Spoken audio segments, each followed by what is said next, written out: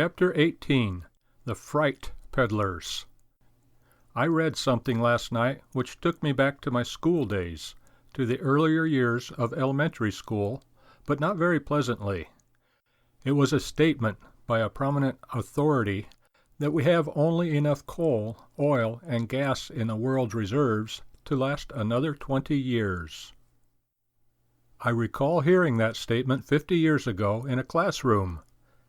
I was also told that the new weapons of warfare would lead to the obliteration of the human race if a second world war began, and that man's hope was in something called, I think, the Kellogg-Briand Peace Pact, which almost all nations signed, promising to end all wars and in the League of Nations. In fact, I heard quite a few horror stories in school about what was going to happen to the human race unless something or other was done. Since then, the world has gone from bad to worse, sometimes because of some of the answers then proposed. But our children and grandchildren still get the same horror stories, and college classrooms are full of them. We are running out of gas and oil, although some good authorities, less publicized, say we have enough for at least 2,000 years. We are running out of air, space, and everything, or so it is claimed.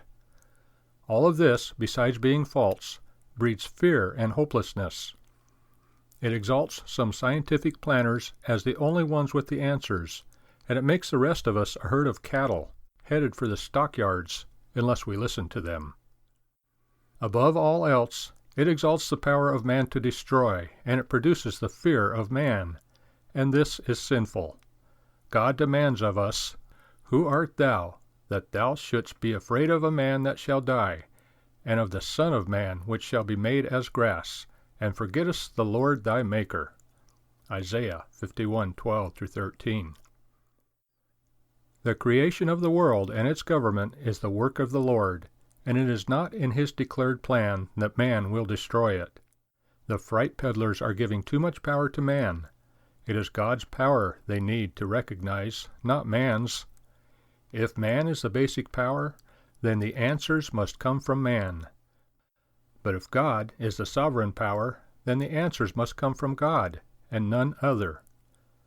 God has provided the answers, and they are in his word. Our problem is that men pay no attention to them.